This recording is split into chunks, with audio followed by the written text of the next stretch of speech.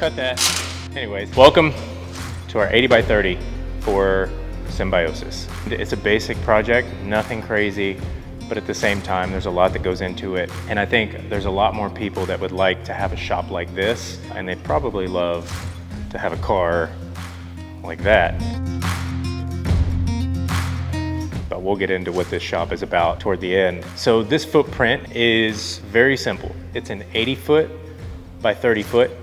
And what we ended up doing was putting an awning concrete on the front. Everything in this, we kind of over-engineered. That is kind of my ethos and everything, is where is the line, where is the standard, and then how do we go above it? So we had this building engineered by Mueller. Originally, Mueller had showed us where our base plate needed to be, how the concrete needed to be laid out. And then they actually only had, on this wall that you see around me, they only had one purling. So that purling becomes what you call a wall girt that structurally holds the sheet metal. So they only had it engineered even to a high wind load with a base angle, one wall girt, and then your top base angle flipped over. What we ended up doing, because we knew Brent, the owner, who is amazing. He was phenomenal in the beginning. He was phenomenal during the project. We had a few things that delayed us a few days. He was so amazing to work with, understanding, and this is the final product that he got. So we ended up doing 3 wall girts on all of our walls that were gonna be 12 foot or higher.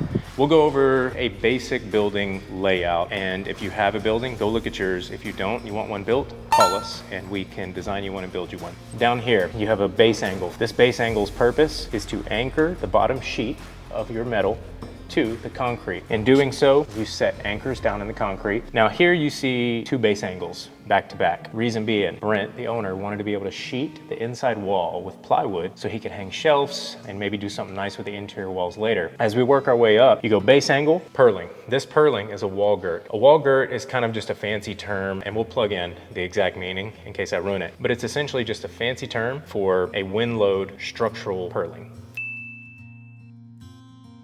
You have a wall girt here. What we did is we did 8-inch. We didn't really have any crazy spans, but again, like over engineering. So originally the plan showed base angle, 1 wall girt at 6 foot, and then nothing all the way to the top. We decided for Brent that wasn't gonna work. We went base angle, wall girt at 8 foot on center, and then we did another one on the top of that. Reason we gave him this one and the top one is now he can take a full sheet of plywood or some type of 4x8 sheeting, and he can set that up against the wall, screw that into there, and the plywood will be flush with the top of that purling wall girt. Why do we do the one above that? In my opinion, the more structural wind load you can give sheet metal, especially with a building like this that has a bunch of open doors, the better. What most people don't realize is that with metal buildings like this, you're not really worried so much about the downward force and pressure of the steel. Your main concern is normally going to be lift. So think of an airplane. Airplane's taking off, it's creating lift, wind under the wing. That's what happens with these big buildings. Let's say Brent's out here one day and he gets a 70-mile-an-hour wind gust as he's opening these doors. That lift is going to come in here and want to move this building. So the more wall girts, the more supports, and the more structural integrity you can add, the better to a certain point. There's like this fine balance we try and find between structural integrity, strength, and price, so it's not just outrageous for the customer. We went with the Mueller Retrofit windows. So Brent wanted to have some extra light, but we didn't really know where the window was going to go when we were framing. So I reached out to Mueller. They have these retrofit windows that essentially just attached to the sheet metal. Again, what we did, we didn't have to, but we went through and added these cross bracings of purling. We clipped them in using a 5x7 clip on the backside, welded to the purling on top and bottom. In my opinion, Mueller said it wasn't needed, but I kind of wanted to over-engineer this as well. We now have screws from the sheeting outside holding this, which now allows this window to have no movement, as where before it had movement, and that's just how they designed it. So our purling's in line down this way for the roof. Now, most buildings, and the way this one was originally engineered, was a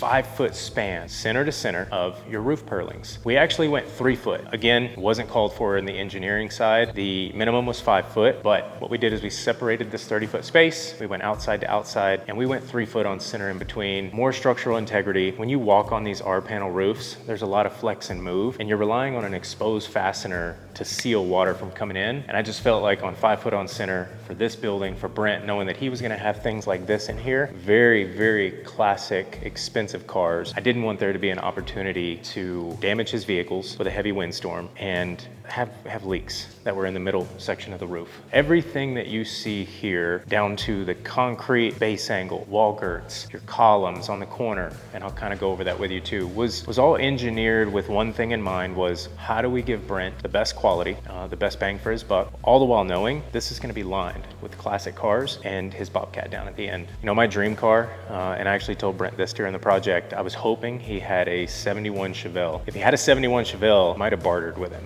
on some of the project, but he didn't. He has a Charger, he has an F-150. He's got so many cool, unique vehicles that he's worked on his own hands from beginning to end. So too bad he didn't have a Chevelle. Coming over here, you come to your columns. Your columns are going to be your main support for the structure. We went with a 8-inch column. The original plan showed, I think it was 6-inch 12-pound is what they had for the I-beam columns. We stepped it up and went with an 8-inch 12-pound. And then up to that, we did a single slope roof. Our high side is, I believe, 14 feet, and our low side is 12 foot.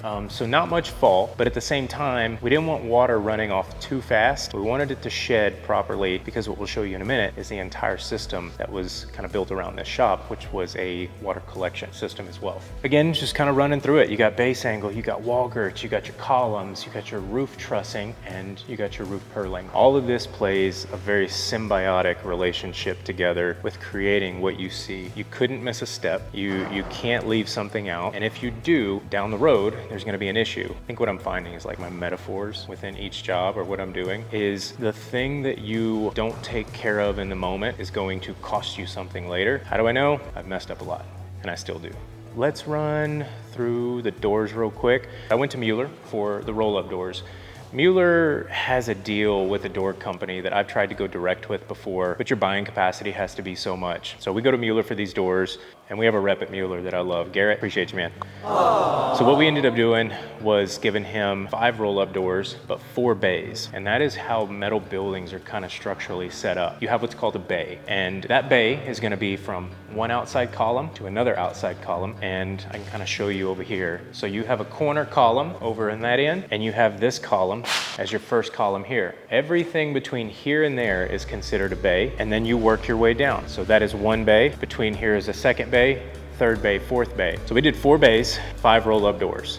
Reason being, so Brent wanted to be able to pull vehicles in and equipment in, but where we have the 2 pass-through doors at the far end, he wanted that to be so he could drive completely through the building. So everything structurally had to work. We had Brandon out here during concrete, but Brandon was on it, man. He was measuring from point to point. He was checking square. He wanted to make sure that everything was dialed in, because these doors could make or break you, and I'll show you why. So on these doors, what a lot of guys are gonna do is they're going to pour a slab on grade, flat to the floor, and maybe give it like a little bit of feathered out. They're gonna take their trowel, and they're just gonna give a little slope outward. We wanted to set the doors, inset them. We wanted them down in the concrete. So what we did is we did an 1.5-inch lip. Reason this is important, and the reason Brandon was key on this one, is if this section of concrete isn't exactly where it needs to be, if this column isn't measured exactly how it needs to be, this entire concrete area would have had to be either re-poured, or we wouldn't have been able to give him this lip,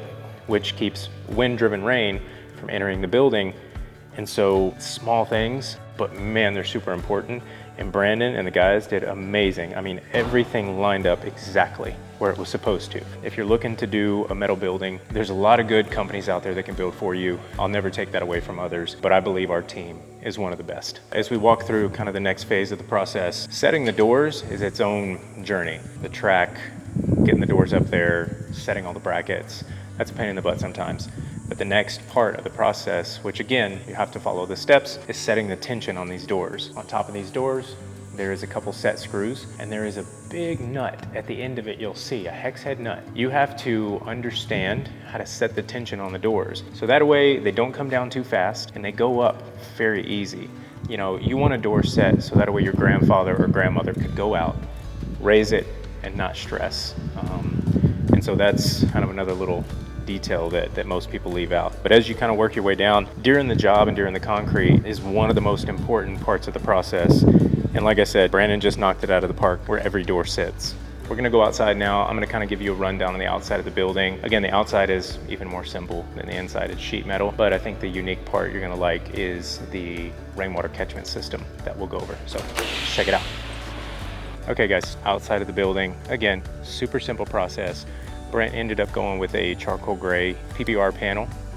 PBR just represents the profile, so it is a ribbed R panel. You've got a multitude of panels. If you're going with a shop, going with an R panel is always your classic panel profile. And kind of something I was inside telling you guys about, we're not getting on the roof today, but these fasteners and these screws, their specific purpose is not only structurally holding the sheet to the wall girt, but it has a gasket around it, and that gasket is meant to keep everything sealed and the water out. So if you run into a building that you might have, or someone building for you, and you see the screws aren't lined up straight and that gasket isn't sealed correctly, could cause problems later. And we all do it. Again, we're working quick, we're working fast, we're running screws in, we're getting sheeting done, it's really windy outside, and every once in a while we miss one, you know, one's off. And so that's why it's important just to kind of go back around your building after and try and find the things you think you missed or might have quickly done that you just didn't realize. Again, we're all human, we mess up. And you know, even on this project, again, like I said, Brent was amazing. So we had, as you can see on the ground, some box gutters. They didn't really work out,